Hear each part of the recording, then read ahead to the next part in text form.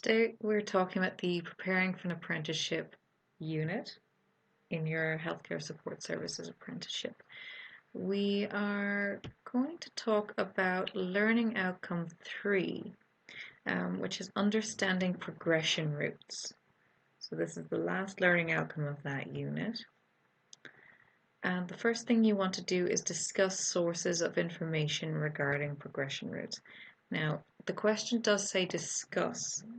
So it doesn't just mean list the information, the sources of information.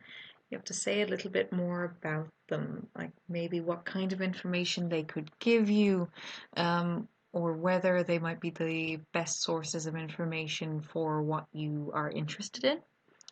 So let's start with your manager and your colleagues. They will be a fairly good source of information for you, especially if you're planning on staying in the service for the future. They will be able to tell you about progression routes within your service and what you need to do to get there. They will also be able to tell you about different training that they have taken and whether they thought it was good, whether they thought it helped them or not. So to my mind, they're a good source of information that way. If you're interested in the health and social care related jobs, then you would be interested in the NHS jobs website, assuming you're in the UK. I'm making this mainly for people in the UK. So the NHS jobs website would be a good source of information for you. You could look up jobs that you are interested in and look at the job descriptions and the qualifications that are required to be offered, or at least to be maybe called for an interview for that type of job. You could try other job vacancy websites as well. The NHS job sites usually only do NHS, trust jobs. Other job vacancy websites would also do jobs with private companies or private hospitals, so they would be useful there as well, just to get a wider view of your options and to get a wider view of what kind of positions and roles might be available to you in the future. You could also look at college and university websites.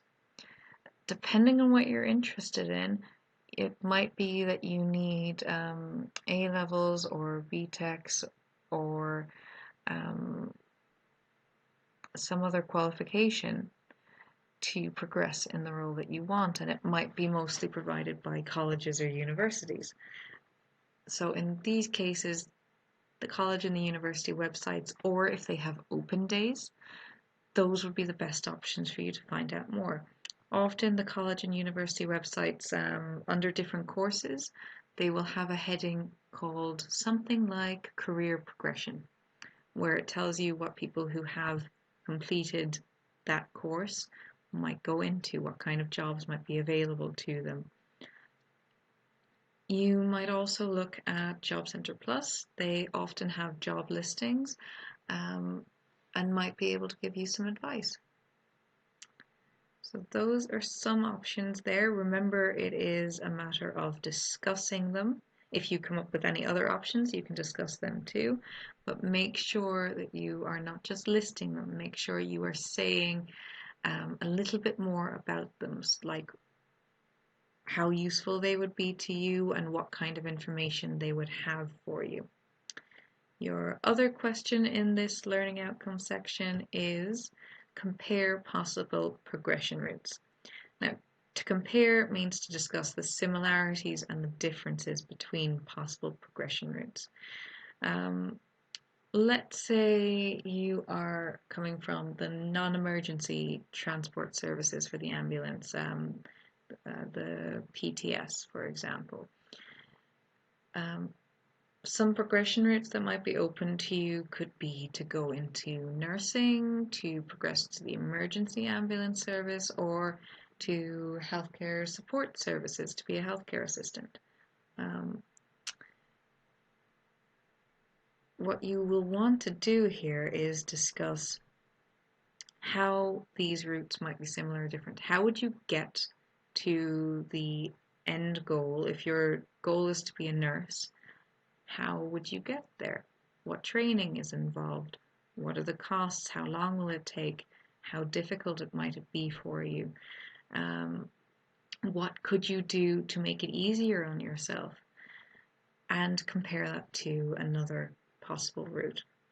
Preferably two routes if you can. So let's say you don't have to take these, whatever routes you would like to talk about are perfectly acceptable, it's up to you. But let's say if we talked about nursing, we might talk about the cost, so we might talk about tuition fees.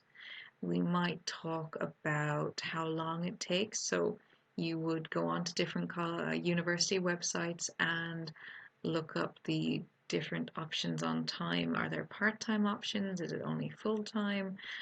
What are the study options? Are there any distance options? Are there any apprenticeships options that you could take for this? How long will it take you? And what are the potential difficulties? And how can you make it easier for yourself? So let's say if you aren't maybe used to academic work, maybe you could say you might struggle with the research projects or with the assignments, the essays. So to make that easier, you could maybe take some courses leading up to. So nursing is usually a degree level subject. Maybe you take some level 2s, level 3s, level 4 courses to get more used to academic work and writing essays and get feedback on your work that way.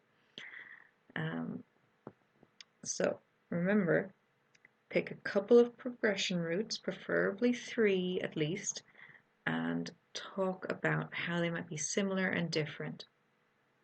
Okay. Thanks very much for, we'll leave that slide on. Thanks very much for watching. I hope it's been helpful.